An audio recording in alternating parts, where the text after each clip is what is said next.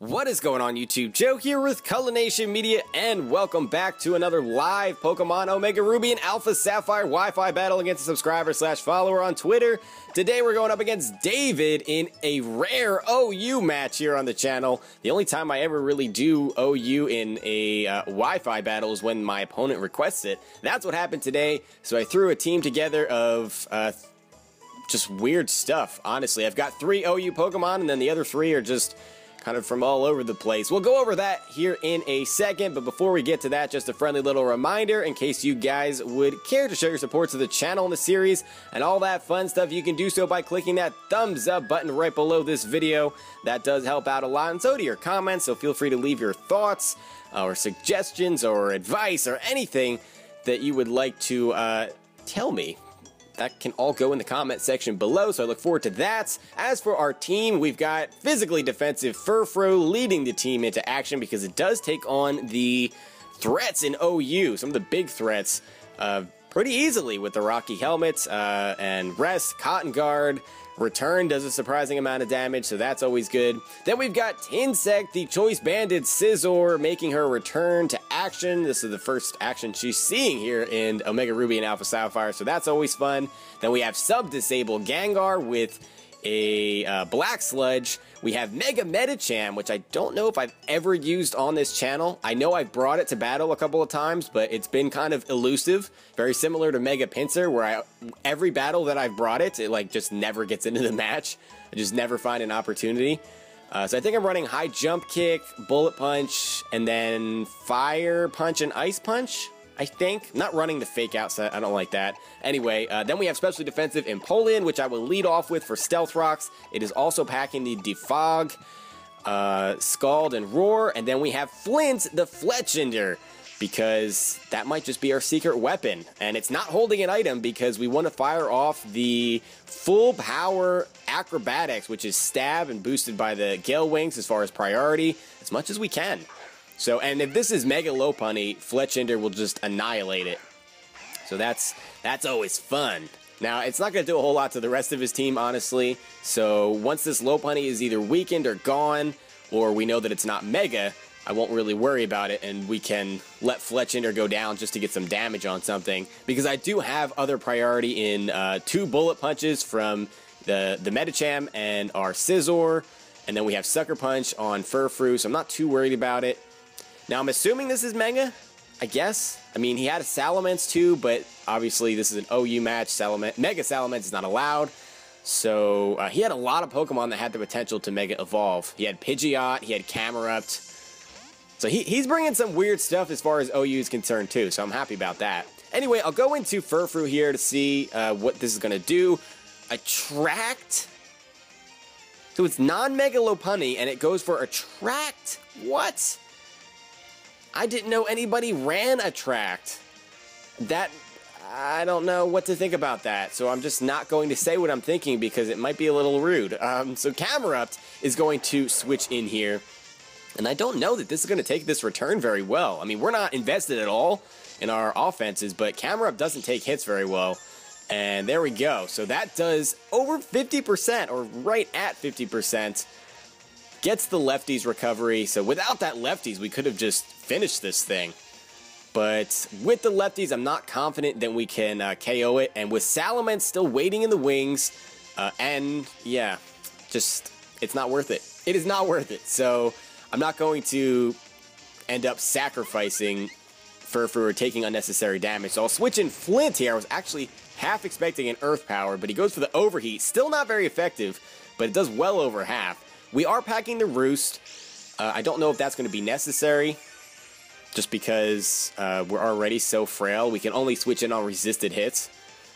But I should be able to just go for an Acrobatics here. I could be cheeky and Will-O-Wisp predicting a switch, or Swords Dance predicting a switch, but Acrobatics does a surprising amount of damage to things, and judging by how much Return did to Camerupt, which was like 50%, uninvested. I know it was stab, but Acrobatics will kill this Camerupt, even from that range. And yeah, that HP bar just plummets down. So Flint, the Fletchinder, getting a kill.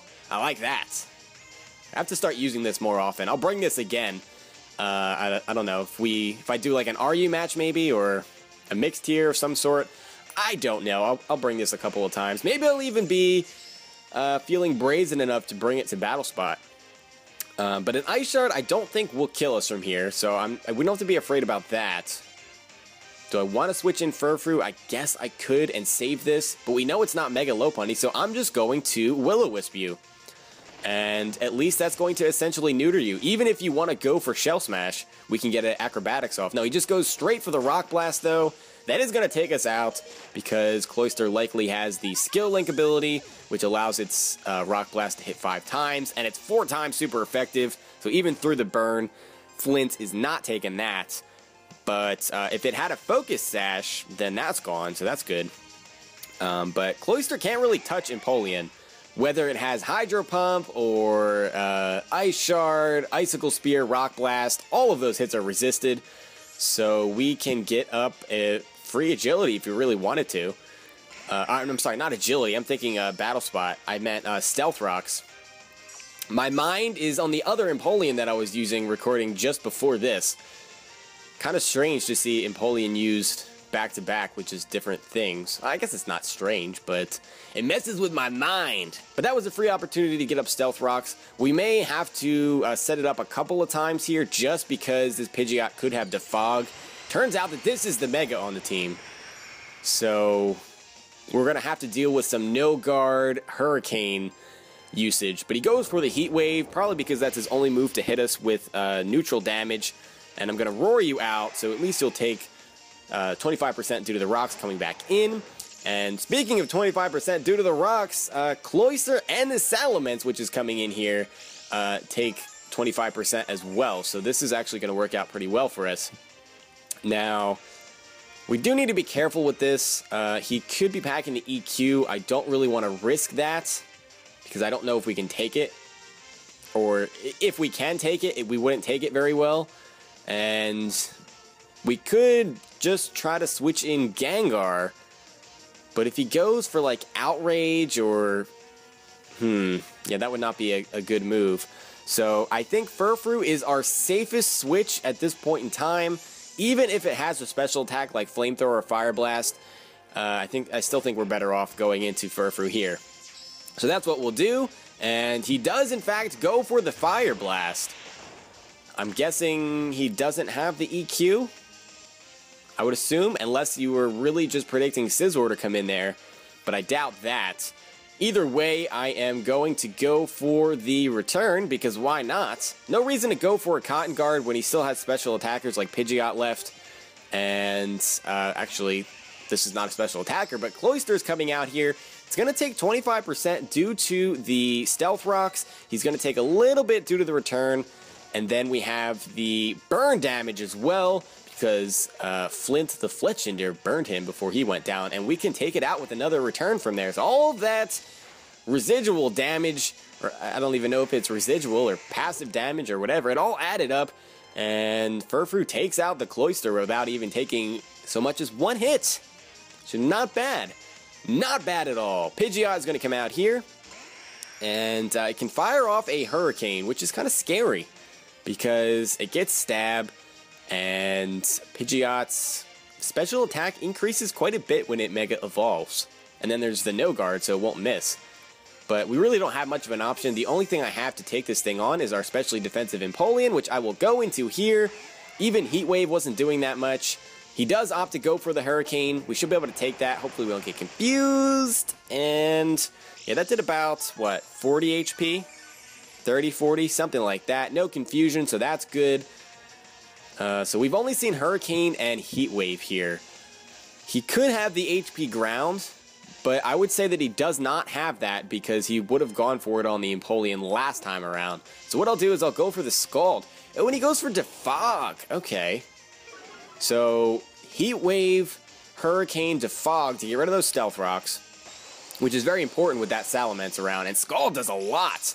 No burn there, which would have helped, especially if this thing has Roost, and I kind of have a hunch that that's going to be the final move on this set, and we may see it come out here. Do I want to go for another Scald? No, I want to set up Stealth Rocks again. And he does opt to go for the Roost. So there we go. We've seen this entire set, and really the only way that Empoleon would lose one-on-one against his Pidgeot would be if we see a confusion via Hurricane or a critical hit or something. And for some reason, we fire off a bunch of Scalds and none of them gets a burn. Because eventually, we're going to get that burn, and we will win that battle after that point. So he goes for the Hurricane there. That doesn't even bring us down to half. We're going to go for a second Scald. And that does almost 50%. Still no burn. So we've seen a couple of Hurricanes, couple of Scalds, no confusion and no burn. Which, I guess that's kind of different. Normally, I get confused the first time I get hit with a Hurricane.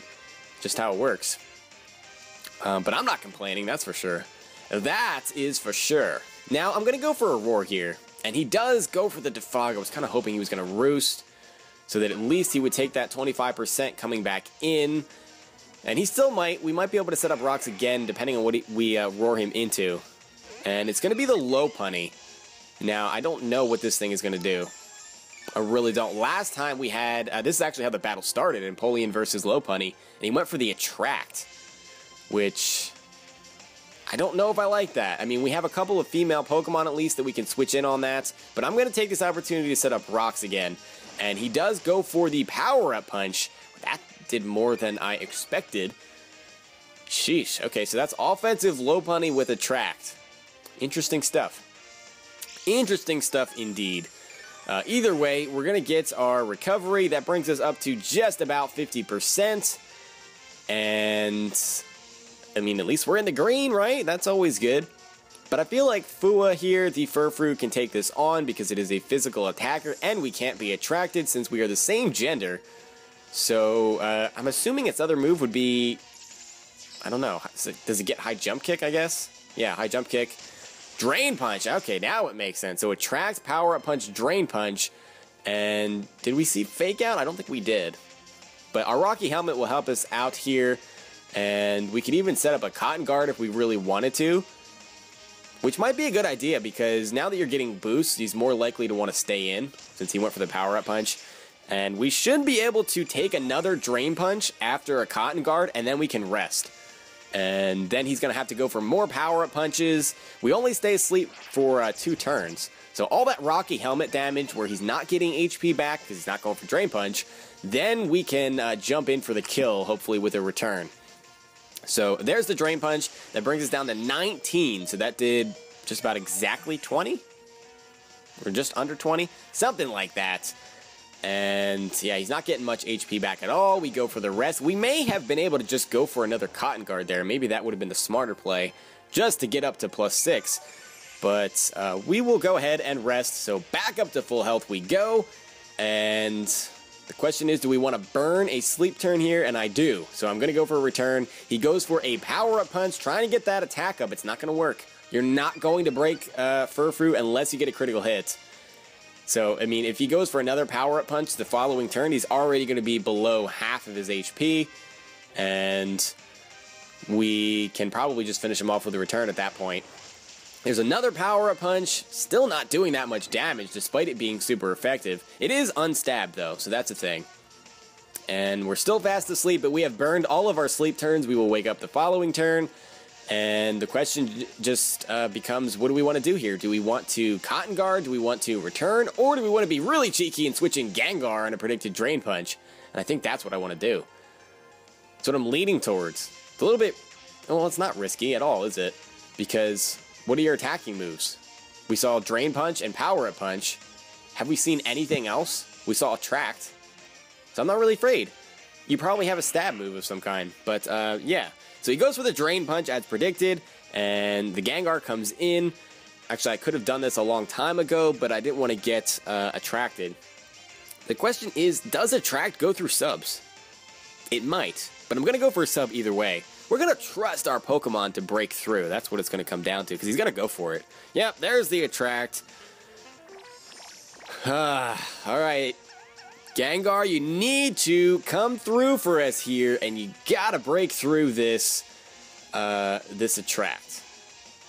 Well, I mean, it might not even be necessary. I'm gonna go for the Sludge Bomb.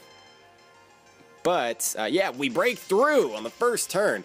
was trying to think about, or not trying to think about, but I was trying to put into words that I don't know that this Lopunny had anything to hit us with from the beginning, so all it could do was attract. And once it switches out, that effect is obviously gone, so I don't know what exactly it was going to do to Gengar to begin with. So maybe I just wasted a whole bunch of time and I should have gone into Gengar from the beginning. But, I don't know. Didn't want to take the risk. I was playing a little conservatively, I guess. And we had to get Furfrou some screen time, right? So now this Gallade is coming in here. It's going to go for the Shadow Sneak. Now, I could have predicted that and gone for a Disable, just to make sure he couldn't use it. But that's fine. I just want to get a Shadow Ball off. That should be a 2-hit KO. And, oh, it is not a 2-hit KO. That is Assault Vest Gallade, if I've ever seen it. Now, we could Disable, we could Sub, I guess. We could go for another Shadow Ball, although that's not going to be a KO, so there's really no reason to do that. I think our best option is to actually just switch out and not have Gengar take any more unnecessary damage. We can predict another Shadow Sneak and go into Furfrou, because we will be immune to that. And, I mean, even though Gallade does have a type advantage and can go for a Drain Punch or a Close Combat or something that would be super effective, you're not one-shotting us. And with the Rocky Helmet damage, Return would probably take you out here. Gallade has poop for physical defense. It's base like 60 or something. So even an unresisted Return would do more than, probably more than Shadow Ball. Anyway, we are actually outspeeding this thing, so this has HP investment, not max speed at all. There's the Drain Punch, and that maybe it does like 25% or so. And with the Rocky Helmet, that's going to put him into a range where Sucker Punch will take him out. The only thing is, yeah, it's not going to matter. I'll just go for the Return. We could have gone for Sucker Punch, but I don't want him switching in something, being cheeky about it. Actually, he probably wouldn't have done that because Rocks may have just taken out that Gallade from there. He opts to not go for the Shadow Sneak. And, oh, what am I even talking about? He's not going to go for Shadow Sneak on a Furfrou. I was doing all of these thoughts in my head about, oh, Sucker Punch will out-prioritize his priority, and his priority is Shadow Sneak, so we got to watch out for that, even though we're immune to it. What is wrong with me? I'm a bad player sometimes. I really am. Alright, so we have it down to 5-on-2 now. This Pidgeot is weakened, but we're not going to take it out with Furfrou. I don't want to stay in. I don't want to risk it at all. I will let him get up a Roost or a Defog or whatever he wants to do. But I want Empoleon to take it out because his final Pokemon is Salamence. It has the Moxie. I don't want to risk it sweeping my entire team, so I'm not going to play these games. He goes for the Roost, which is to be expected, and that's really, I mean, that was really his best play at that point, was to just go for the Roost, which is fine. And we get some free Lefties recovery as Empoleon comes back in, which is good because that is our only recovery anyway. Now, I will go straight away for a Scald as he's going to Roost up again. He wants to get back up to full HP. So, this is going to be a little bit of a stall fest here, and really what this is a game of is, am I going to get a burn first, or is he going to confuse me or get a critical hit first? That's the third or fourth Scald that we've gone for without getting a burn. Third. This will be the fourth if he were to escape this without a burn as well. So we'll see. He does opt to go for the Hurricane. I think Heat Wave was doing more damage. I'm pretty sure he's just going for the Confusion here. But we're going to go for the Scald. And yeah, that is not going to get a burn either. So what, Hurricane is base 120 plus stab would be 180 and then divided by 2 for a resisted hit. So that would be 90 base power. Heat Wave is 95. So it's essentially the same. So I guess it doesn't really matter what he goes for. 5 base power difference doesn't really mean anything. He's going to go for Roost here. And so we're going to get some more free Lefties recovery. And another shot to get a burn. This is, I think, our 5th Scald. And still no burn. Oh my goodness. I don't know if I've ever Scalded something so many times before without getting at least one burn. Sheesh. That's kind of crazy. I mean, he's fired off quite a few Hurricanes, too, and there's been no confusion, so the Hax Gods are not smiling on either one of us, and it's probably because he's hoping for confusion and I'm hoping for a burn. Like, I'm actively hoping that we get one. So, yeah, There we go, finally! Thank you, base tax gods, giving us a burn there, and that means that we're going to be able to take out this Pidgeot here. Finally. That's the difference, really, because Scald is doing just under 50%. And he's recovering 50% with the Roost, obviously. Goes for the Hurricane again here. We'll see if he can pick up the Confusion or crits. Neither happens again. Fairly unlucky for my opponent there. But the Scald is going to take him out. And I think he knew he just had to go for an attacking move there because he was going to be losing ground if he continued to go for Roost. So you might as well go for the hit. See if you can get a critical hit or a Confusion, as I mentioned. Salamence is going to come out.